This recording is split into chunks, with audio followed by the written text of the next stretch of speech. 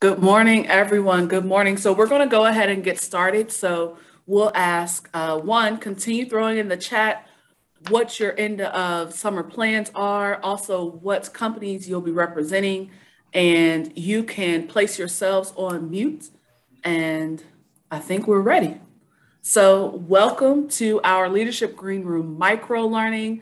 We are so excited to have you all join us this morning, whether you are watching it live now or if you're watching the recording. I am so excited to be able to do this microlearning with my coworker, Erin. Here at the Leadership Louisville Center, our mission is that we inspire and equip leaders to be better and do better. So that is our goal for this next hour. We want to inspire and equip you to be better and do better. This is going to be an interactive morning. So before I introduce myself, I want you to take a second, go grab a pen and a piece of paper. So take a second, go grab a pen and a piece of paper before I introduce myself. We're excited that you're here. We're going to have a great morning, great next couple of minutes, talking about understanding bias, head, heart, and hands. While you are grabbing that, I'll go ahead and tell you a little bit about who I am. My name is Zuri Johnson. I am a leadership development manager here at the Leadership Louisville Center. And I just started with the center in January of 2020. So it's been an interesting experience coming in. It's a wonderful staff to work with, especially being that I am not originally from Louisville. I'm originally from Dayton, Ohio. I grew up there and I came to Kentucky because of school. I am a graduate of Kentucky State University with undergrad in mass communications and a master's in public administration. And I'm telling you all of this because it has so much to do with what we're going to be talking about today. When we're talking about biases, we're going to be talking about social identities. One thing that I realized in moving to Louisville is that people will always ask what school you attended. And I'm not from Louisville, so I didn't attend school here. I attended a Cincinnati. I am so excited that someone from Cincinnati is on here. I attended a school for the arts in Dayton, Ohio, Stivers School for the Arts. And that has so much to do with who I am today. Leadership is important to me. I've worked in HR and leadership for the last 10 years. Diversity is important to me. I grew up around a father that was very involved in the civil rights movement and a mother that was a teacher.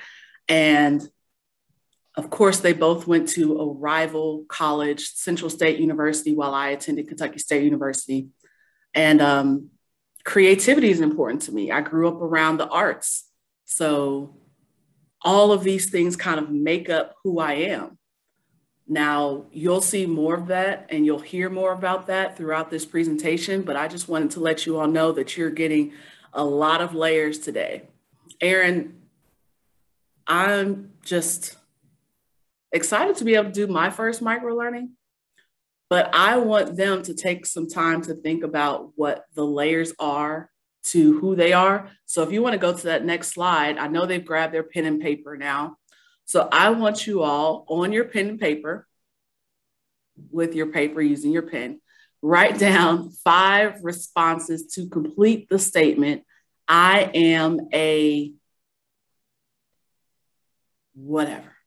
There's no right or wrong answer, just the first 5 things that come to you. You will not be asked to share. We won't ask you to throw it in the chat or anything, but take about 30 seconds to a minute and write down, I am a, and whatever the first few words are that come to mind that describe you. When you've completed it, just throw in the chat, done.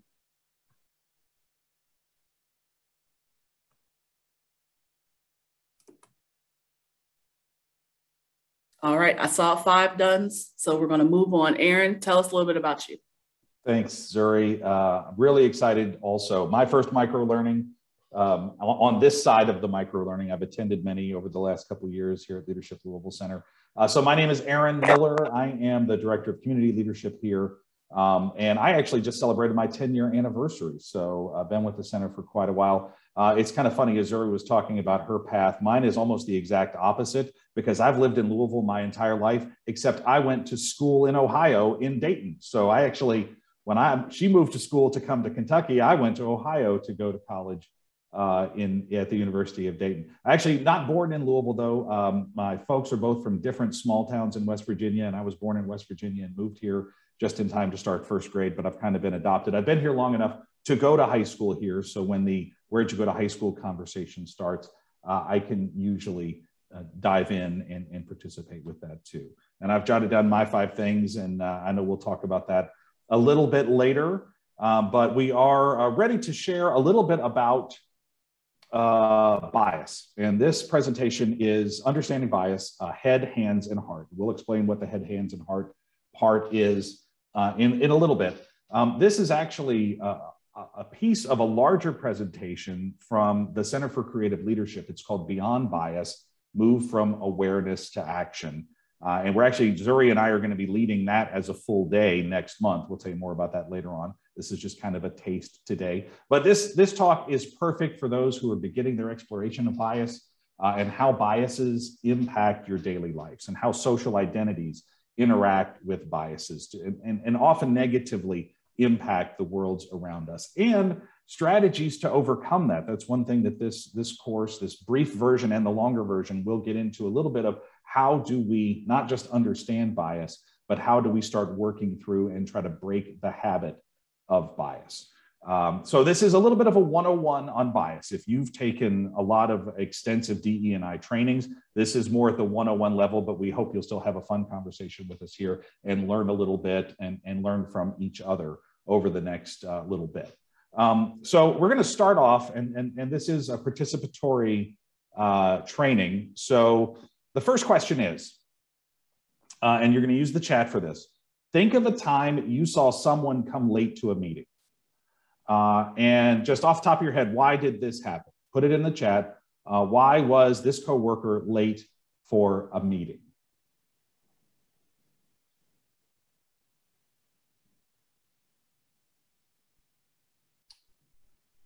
All right, they're always late. Another meeting ran long. Overscheduled. Family matters. Didn't realize the meeting was in person or on Zoom. Got the time wrong. They're never on time. They're always late. Okay. Traffic, there's a little bit of traffic. They had to go to the restroom. Maybe, Sarah, it's always possible you could be late for a meeting for that. They went to the wrong meeting room. Okay. Now, kind of shift gears a little bit.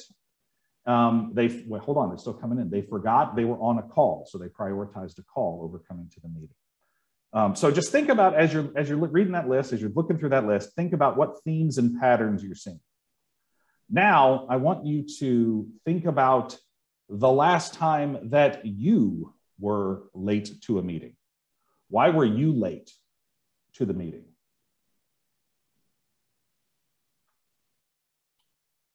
Optimistic about traffic. Okay. Previous meeting ran over. Forgot, Teams issue, network issues, the other meeting ran over, traffic, a lot of previous meetings. It sounds like we all have a lot of meetings they're running over. Like whoever's running these meetings, we need to get them in line because everybody's meetings are running over. Personal issues, the Outlook popper did not pop. Brenda, that's happened to all of us. You're relying on Outlook to tell you when the next meeting. You didn't get a reminder. That's right. That's right. So what is the theme here? And so tell me, and if you want to throw this in the chat, what is the difference in the reasons that you were late versus the reasons your coworker was late? Do you see a little bit of a pattern? There's a little bit of everything in both lists, but you don't see a difference? It's the same? Okay. Siobhan says blaming external issues. Okay. Sounds like everybody has too many meetings. Mine were valid, theirs were not. I love that one. My reasons are more valid.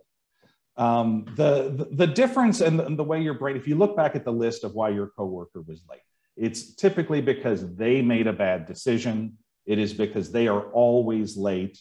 It is because of choices that that person or some characteristic of the person. When it's about you, there's always a circumstance. So there's always something came up. There was traffic.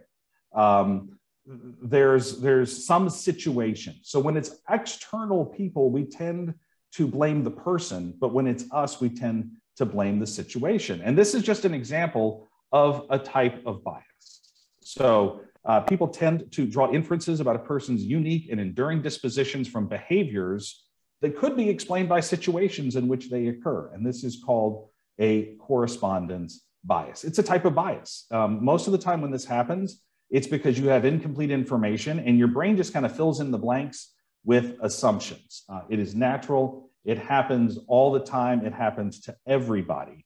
And it's just one sample of the types of biases we're going to be talking about for the next little bit. So let's start with a kind of a broader definition of a bias. What is a bias? So we're going to define it here as a tendency, an inclination, or a prejudice toward or against something or someone. So you might notice we're going to be using the word bias, just bias, and not unconscious bias or implicit bias, which a lot of workshops and articles and books will use that terminology. But the reason is because the research from the Center for Creative Leadership, it gets a little muddy as to whether they're really unconscious or really better described as automatic or unintentional as a better word than unconscious. If you think it's unconscious, then maybe there's no way to control it. It's really outside of our ability to change. But we do believe that bias is something we can do something about. And some biases are positive and helpful.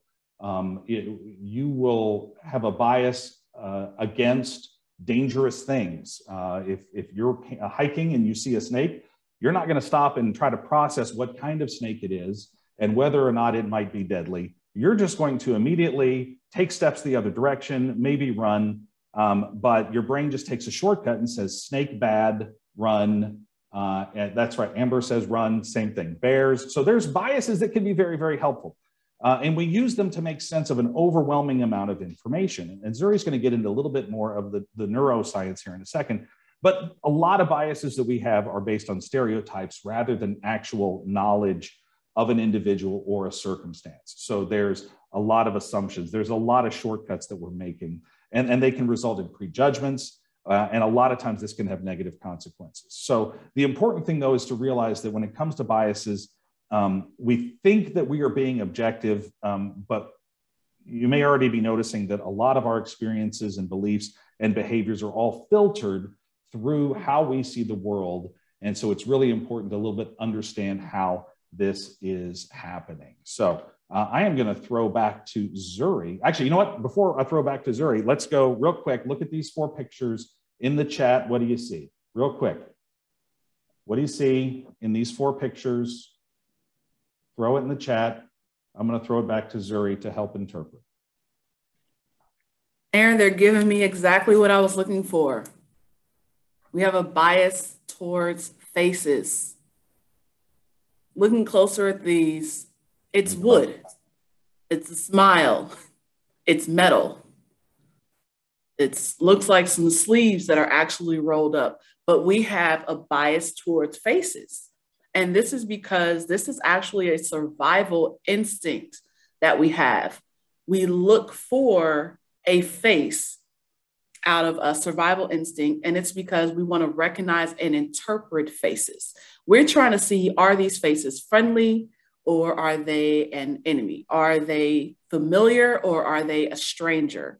Is it friendly or threatening? As a result of our brains taking a shortcut process, we're wired to see faces where they might not actually exist. This is humorous at first, but when we think about the shortcuts that our brains are taking, we may be seeing some things that aren't really there because of those shortcuts. So we're thinking about biases. Aaron just gave us the definition for them. So let's talk about why these actually happen. Biases are shortcuts our brains take to increase efficiency.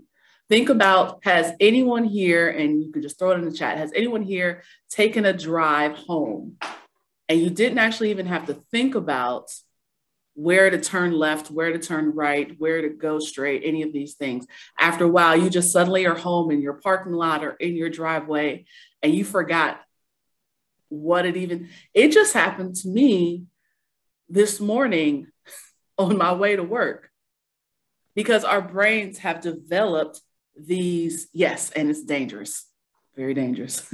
Our brains have developed these shortcuts, these automations, because we are processing so much data all the time that it's a way for our brains to kind of deliberately find areas that we don't have to slow down and think about things.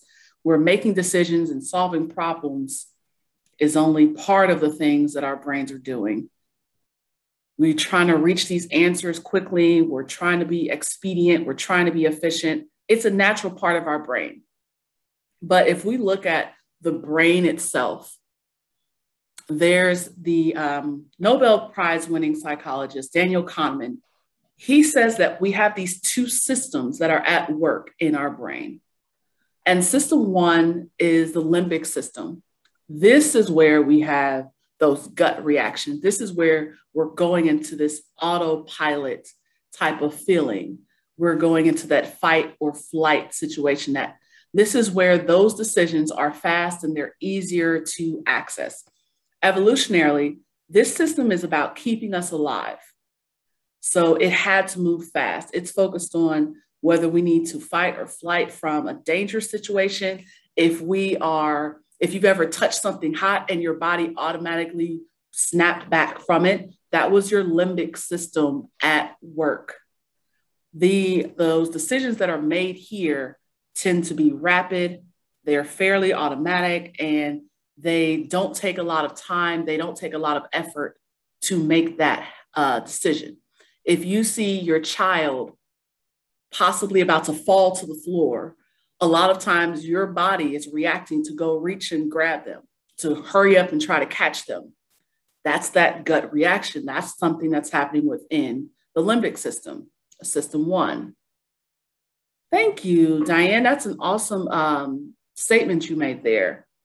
And then system two, those decisions that are being made in this area called the prefrontal cortex, this is where we're making those more slow and deliberate decisions, where we are having to think through some things. We are having to process some things. If you've ever had to work on a complex math problem or something where you're trying to put together one of those IKEA type of pieces of equipment, you are having to use more of your logic and your reasoning and more of those higher cognitive functions. Those type of decisions are being made within the prefrontal cortex. You're trying to learn a new skill. You're engaging this system. If you've ever gone to a car lot and you're trying to decide on what type of new car you want, you might not be using the same system as when you were just hurrying up to grab your child. No, you're probably thinking through, how much does it cost? What's the miles per gallon on the gas? Is the right color? All of these things, you're making those decisions in your prefrontal cortex. What does this have to do with bias? A lot of times, biases can occur in both system one or system two. However, when we think of bias, we often think of it as a system one process. We have developed these automated decisions. We've developed these automated, problematic, sometimes, ways of processing things because, we're just going about our days. We're just going off of previous experiences. Oh, I already know this. I already have seen this. I've already been around these people. I've already been to this state, or I've already heard about it. I've trusted this person's opinion about it. And so sometimes we develop these automatic decision-making processes that cause us to have biases. this can be problematic and troubling when it's so automatic that we aren't thinking about what's really happening, who the person really is, what the experience may actually be. If we make it automatic and unintentional, we aren't realizing how that can impact our experiences with those that are around us. So let's do a quick activity. Everyone stay on mute, but on this next slide, what I want you to do is just call out the color of the word, not the word, but the color of the word. So each of those words, just call out the color of each one. You don't have to type it in. You're just saying it out loud to yourself. Staying on mute. Next word. Next word. Some of you all, I can see your cameras. I can see whether or not you're calling out the words.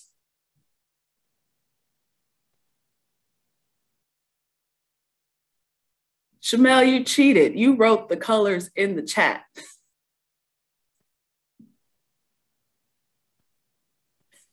That's okay. Now, with calling out the colors of the words, now you could throw in the chat, was that easy or hard to just call out the color of the word and not the actual word? Hard, not easy, hard. It's very hard. Right. Because this ties back to, someone said it was a mind trick. Yeah, it ties back to that difference with those two systems. Those two systems were really fighting against each other. Yeah, Sonia, switching the brain. It made you stop and have to pause and think, because reading is an automated process. Once we start learning, when we've learned how to read, we can see something and automatically want to read it. But to have to think about calling out the color utilized that prefrontal cortex versus the limbic system, system 2 versus system 1. You had to stop and think. But isn't it interesting that just with the difference between a word and color, how our brains almost had a slight, someone said they blew a fuse. Our brains were the two systems in our brain were working against each other with just reading the difference between a word and color. By the way, Zuri, there's a couple questions in the chat. The word pink is yellow and the word red is orange. So if that's not what you're seeing, you need to calibrate your monitor. So there was a question about whether red was red or red was orange. It's orange. There we go. Thank you, Amanda, because I've read that exactly how you typed it. When you read this, your brain will sort it out.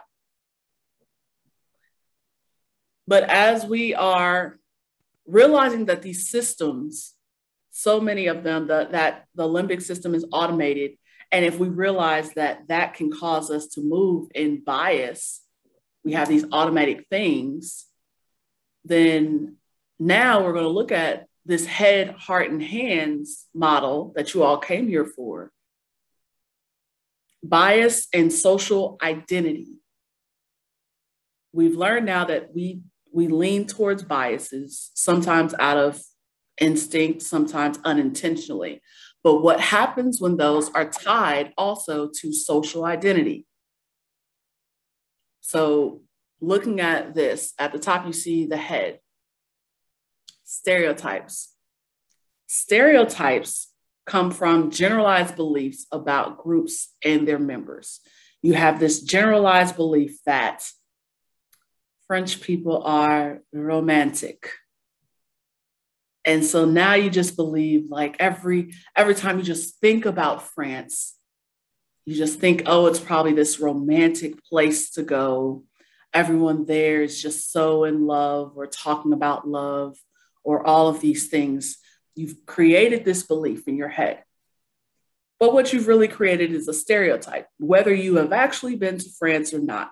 When you have this belief in your head, you've created a stereotype. Now, the next thing that can happen is when you attach an emotion to this belief. When you attach an emotion to this belief, if I believe that French people are romantic, then if I attach the emotion of, oh, they just make you feel all warm and gooey when you're around them. Oh, they just make you feel all lovely and butterflies and all these things. I now have actually created a prejudice, because prejudice are here, they can be unfavorable or they can be favorable. Either way, an effective reaction to or evaluation of that group and their members. When I've created an emotion around this belief. So that's the heart part of this. Now, maybe someone is not a fan of romance. So if that person believes that French people are romantic, but they aren't a fan of romance, then the emotion that they might tie to this could be ill. No one wants to be around. They're just always so lovey-dovey. They're just so ooey-gooey, and that's not, no, how can you take them seriously? Because that person, there's this emotion of dislike, this emotion of fear or disgust or something like that. Those things are the prejudice there. So that's the heart. Prejudice can take this form, discomfort, and even hatred, the kind of state that can lead to many destructive results. So our stereotypes and our prejudices can be problematic, because then they can feed into discrimination. Our beliefs about things, our emotions about things, then can lead into what actions, what treatment we have towards those things, those groups, those members. Differential discrimination, we're defining it as differential treatment towards some groups and their members relative to other groups and their members, when both the stereotype and the prejudice now moves into discrimination. So I think French people are romantic. I feel a certain way about romance, I feel a certain way about French people. So then it's, if I ever run into someone that may be from France, or if I ever choose to go to France, am I leaving my beliefs? Am I leaving my emotions behind? Or am I taking all those things with me into a situation and potentially using those things to decide how I'm going to treat a person from this member group? And I will say aside, we're using France as an example. I love France. I love the idea and I love romance. So none of these things are true for me, but just as an example of, how we can feel and how we can have these beliefs about things and people and places. Some people have the same idea about pets, about dogs, whether they've had a dog or not. Someone didn't have a good experience with a dog. So now this person has a prejudice towards certain dogs. And now they're like, oh, whenever you're around a dog, think about this. If someone has had an experience with dogs, or someone in their family had an experience with dogs, they have this belief of how dogs might act. So whenever they come around a dog, they get fearful, they run away, or they are trying to protect themselves. Out of all of these things, these discrimination, stereotypes, prejudice, discrimination, head, heart, and hands. That's why we're here.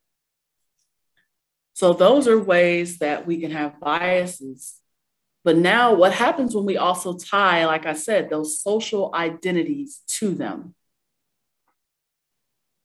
Social identities are labels that people use to categorize or identify themselves and or others as members of a specific group of people. So these are our self-concepts, how we see ourselves as a person.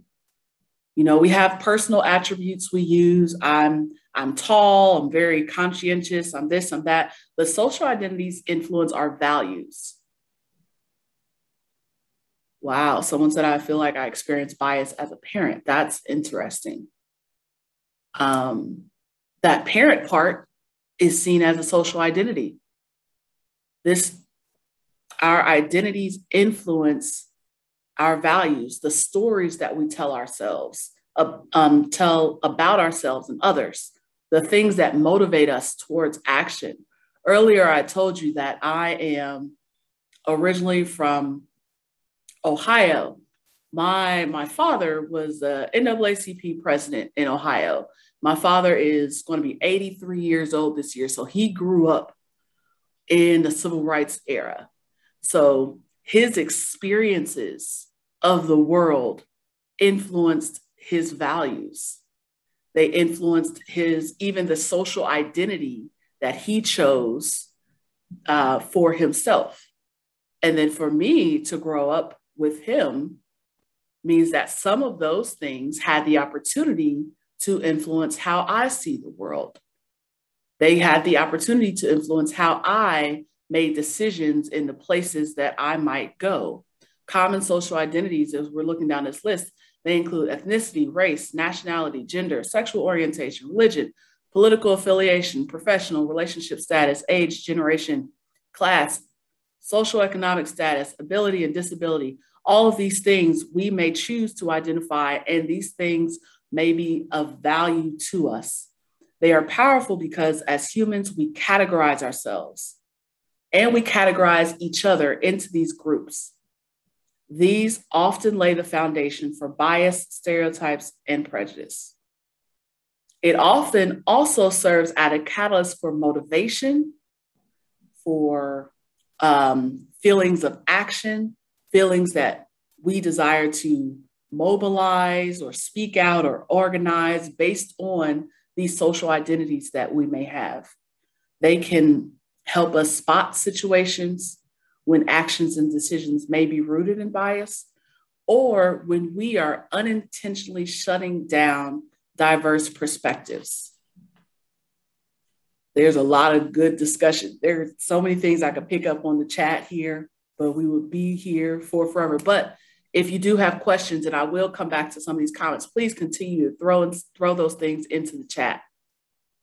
But as we're thinking about this, as we're thinking about social identity, I also want us to note within social identity that they are multiple and they are intersectional. I am both a woman and I am also Black. There's no separating those. Social identities are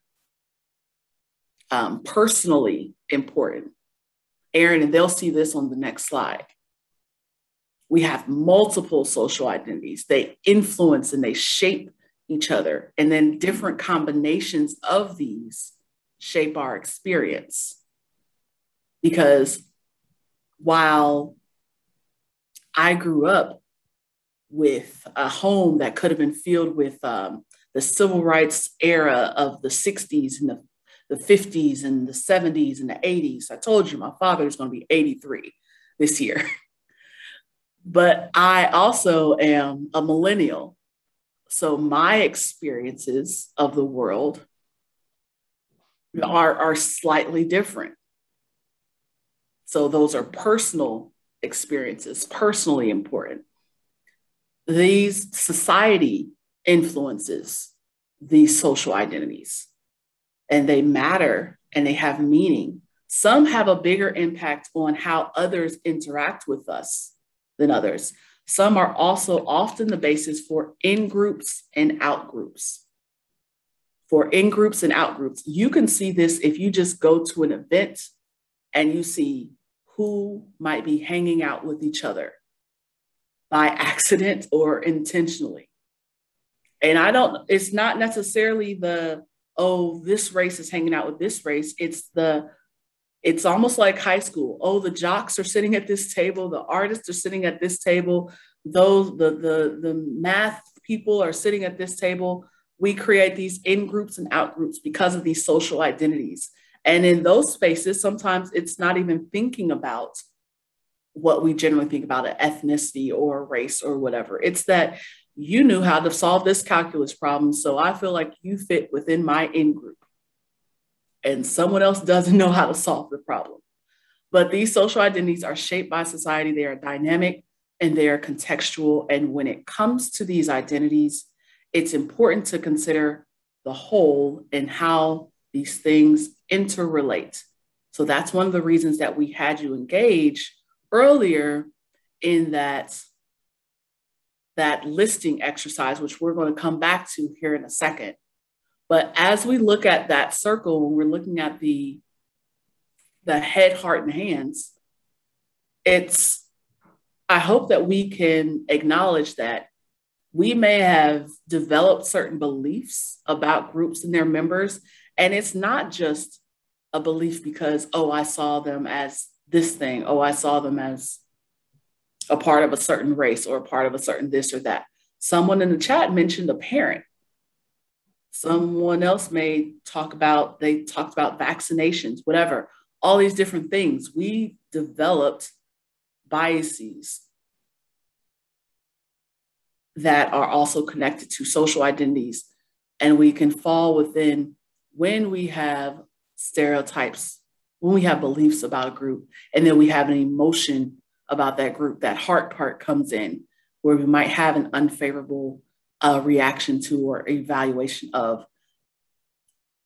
Those two alone can be problematic and troubling, but it's very dangerous when those things then become discrimination, when we treat the people differently because of our thoughts, because of our beliefs that may be completely incorrect.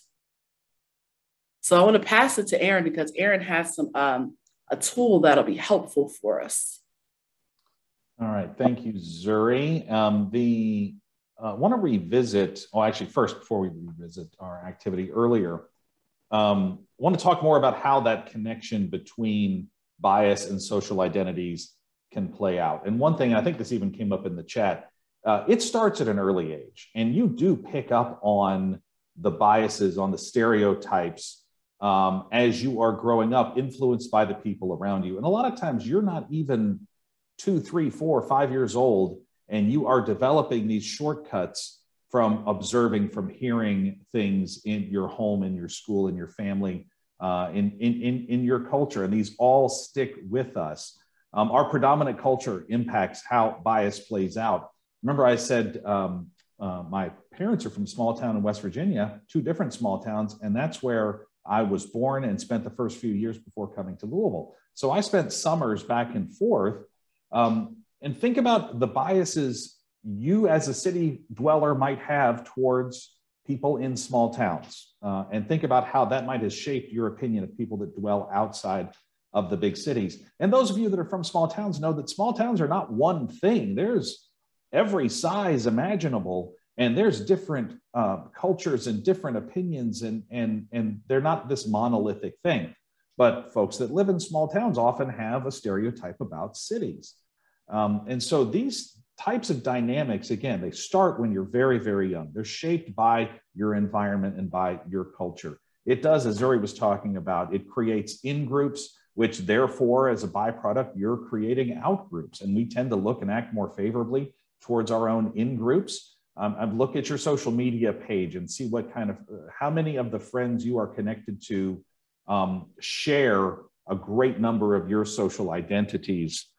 You look at the quick dial list on your phone. How many people in your contact list in your phone share most of your social identities? And this can again lead to prejudice. It can lead to discrimination, and even as we've seen in the last year and a half, it can result in violence.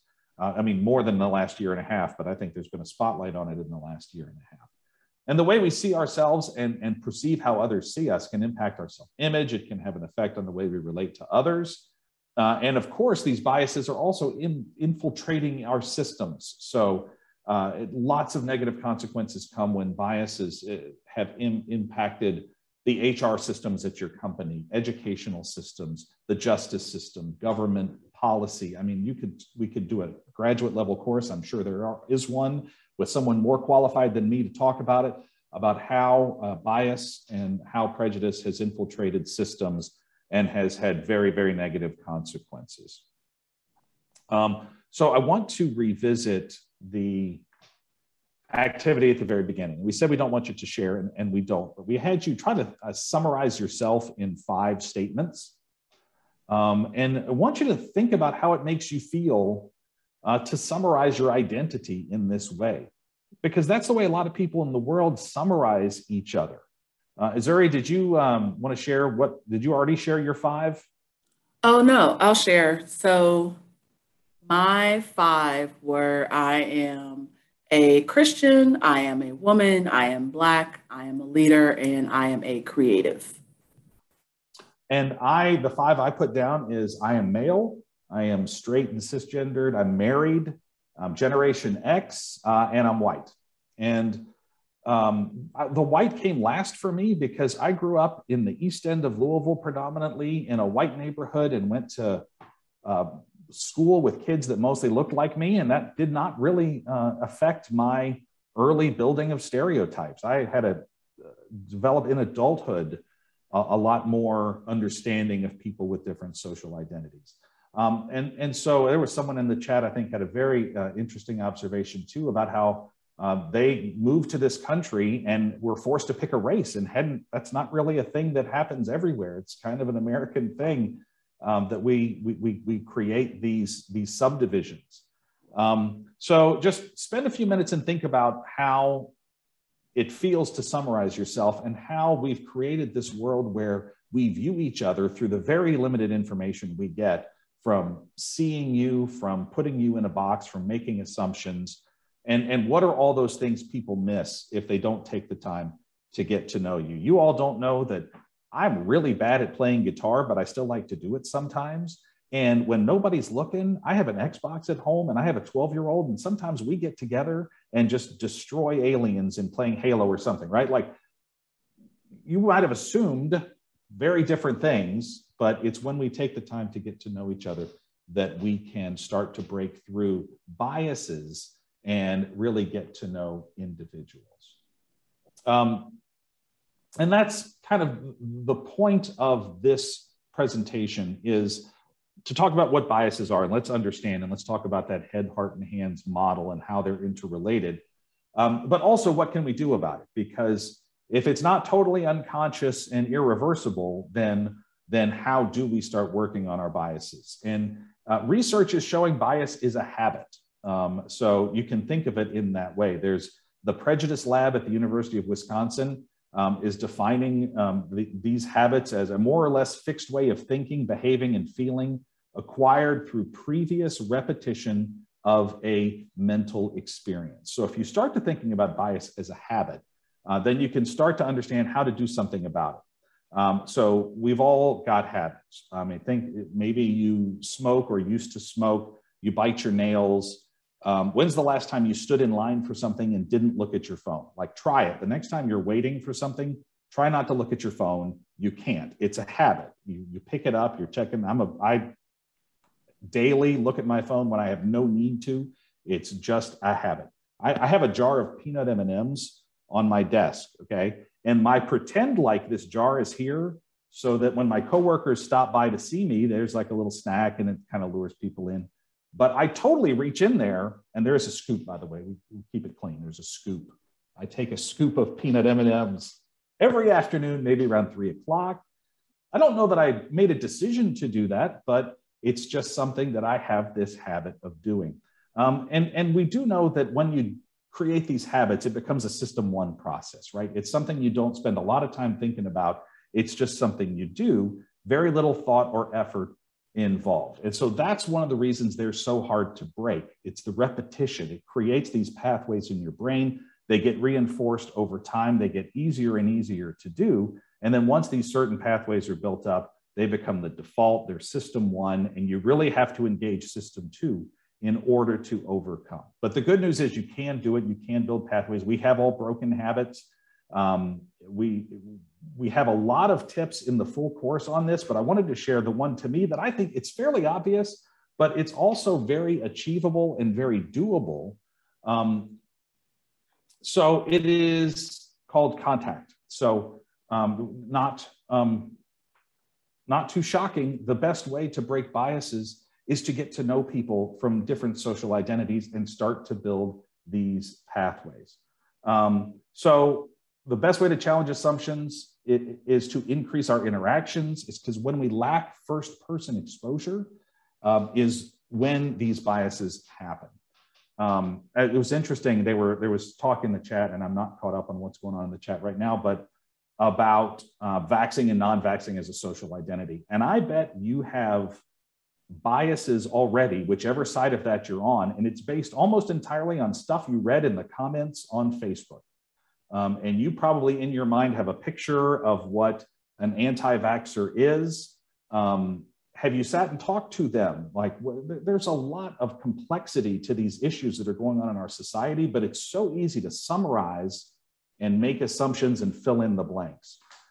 So again, the best way to do this is through contact. And I wanted to share a few different ideas on how you can start to build these new pathways.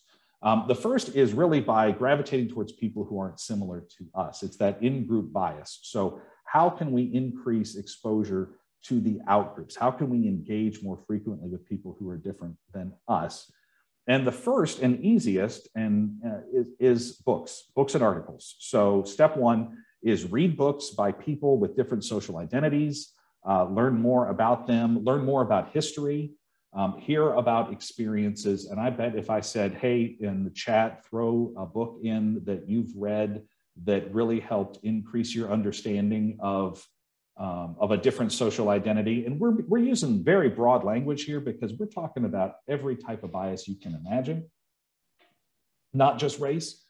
Ability and disability. There are so many biases that get created about people with different life, physical and mental abilities and disabilities that reading and studying and learning about can help with. The next step is to find events in the community, networking events to go to. And when you go, don't just talk to the people you know, strike up conversations with new people. Whoever that new person is, I'm certain that there is something to learn from them. And new relationships can form. So find a new table to sit at. Don't sit at the table in the lunchroom that you sat in high school with the people that are just like you. Find new tables to sit at. Next one is if you work for a larger company, and I saw that there's several folks here with larger companies, a lot of them have employee resource groups. And this is something Leadership Louisville Center has been getting more involved in, is connecting ERGs together. But most ERGs are welcome to allies. And so reach out to whoever leads the ERG at your company. If there is one, there could be an LGBTQ resource group, a multicultural. There's a lot of different ERGs at different companies. And see if there are events that you might attend that are open to allies who just want to come and listen and learn. And the last tip we'll leave you with here is around community engagement. And again, this is something that Leadership Louisville Center is a huge fan of, is volunteering. Find these organizations, these nonprofits that are in different parts of the city, different neighborhoods that serve different communities, and call and see what opportunities there are to get involved, to volunteer. They might need board members. They might need your perspective. They definitely need your time. So it's a great way. I mean, if you think about me personally, some of the greatest days I've had are days showing up to volunteer, spend a few hours, meet some new people. They're always very different than me, and I always take something away from those experiences that sticks with me. Chandra says libraries. I just caught the last thing on the chat. Yes, absolutely. Tons of great programming at libraries. So that is the last slide. I kind of talked about this one without even putting it up. We've got a couple of minutes. If you have a question for Zuri or I, about any of the things we've been talking about here, we've got time for one or two questions or comments. If you guys want to throw it in the chat.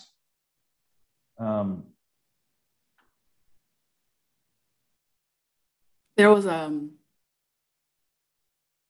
I see there's a little bit of discussion around the ERGs and VRGs, and I think that's a really interesting conversation. I would want to welcome you to look on the Leadership Louisville website. We have a video of even how ERGs have been created at different companies, and I know different people have their experiences.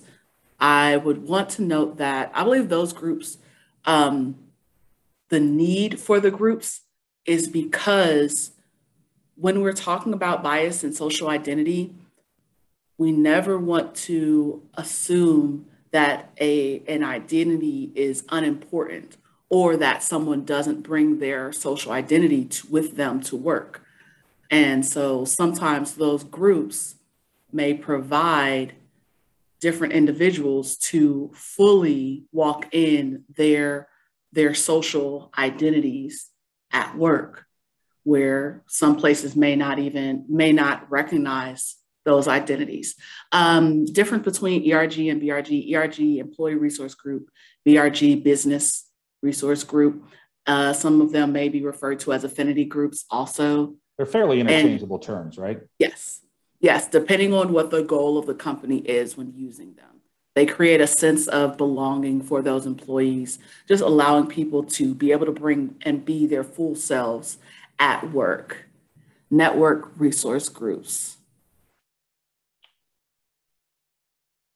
biases that are based in anger due to being wronged by a person or group.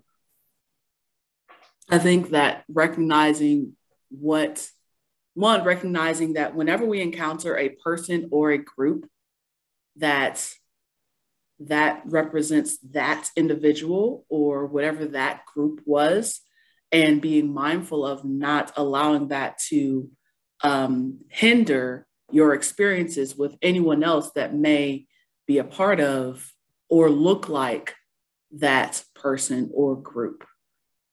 Because sometimes that's a lot of what anger might do. Anger can get in the way of us being able to experience other people that may look like, but are not that person or group. So just recognizing the emotion, that's a great first step of it. But yeah, if there's any more questions around ERG, BRG, all those things, I would definitely want to invite you all to check out that presentation. And if you would like to find out more about those things, you can find that on our site as well.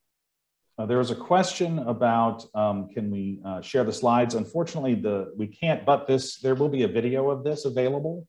And so if you attended, we will be sending out a recording of the session. And actually, I'm going to go ahead and throw to Paul Bolton from the Leadership Louisville Center, because if you are interested in learning more and spending a few more hours with Zuri and you're going to have the opportunity to do that. So Paul, I'm going to throw to you. Yes, and thanks, Aaron and Zuri. Great presentation. And I would say this has to be the most active chat on Green Room Microlearning that I have seen. So I think it's going to be great transitioning this into the classroom here at the center. So we do have Beyond Bias on September 17th. And I'm going to give you a couple different ways that you can get in touch with me in the chat before we leave. But you can easily access registration for this on leadershiplouisville.org. And right under training and speaking, you'll see our different green room options. So September 17th, we'll take a deeper dive. The other green room options that following that in October is the personal credibility and accountable leadership. And then the next micro learning is going to be December 14th. And yeah, again, leadershiplouisville.org. And that's going to be under your free virtual sessions. If you get to the website and you're looking for the next micro learning one, would like to register, you can do that there. Next slide.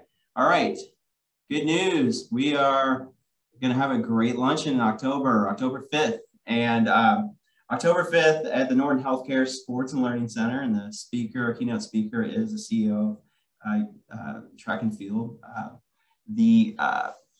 I think that registration is on right there. Max Siegel registration's on there on the site as well. You can take a note or copy this down as well. But right now we're seeing a lot of people register and those to come through. So I'm excited to see everybody in October at the Norton Sports and Learning. Next slide. All right, so Beyond Bias that we just went through is actually going to be one of the talent development solutions that we can bring to your organization, along with other offerings that we do have at Leadership Louisville. And that is where instead of just like 1 or 2 individuals or staff coming to the Green Room course, that we can actually take some of our content to you virtually. We can do it in person. There's many different options.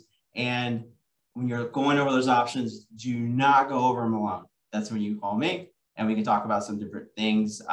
There's a lot of questions that go along with that, and definitely want to be a partner with you all as you go through those discussions to make sure that we're providing you the solution and the course that you think would be a great fit for yourself and for your staff. And I think that is all I have. We are right at 11:57. So. All right, thanks everybody for being here. It was great to meet you. If you can have any questions for Zuri or I, our email addresses are on the website, and we would love to hear from you. So have a great rest of your day, and we'll see you soon. Bye, everyone. Bye, everyone.